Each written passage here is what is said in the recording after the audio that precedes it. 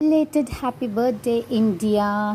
Independence day ఎలా celebrate చేసుకున్నారు? మాకు స్కూల్లో మంచి జాయస్ అండ్ మంచి ఇండిపెండెన్స్ డే జరిగింది. చాలా ఎంజాయ్ చేసాం మేమైతే. ఎందుకంటే 78th ఇండిపెండెన్స్ డేకి దాని ఇంపార్టెన్స్ అంతా పిల్లలు చూపించేశారు మాకు. అండ్ ఇండిపెండెన్స్ డే అంటేనే స్కూల్లో పిల్లలదే హడావుడి ఉంటుంది. మన చిన్నప్పుడు ఇండిపెండెన్స్ డే గుర్తొచ్చింది. మిక్చర్ పొట్లాలు, డాన్స్లు, 2 రోజుల ముందు నుంచి క్లాస్ రూమ్ డెకరేషన్స్ ఇవన్నీ ఉండేవి.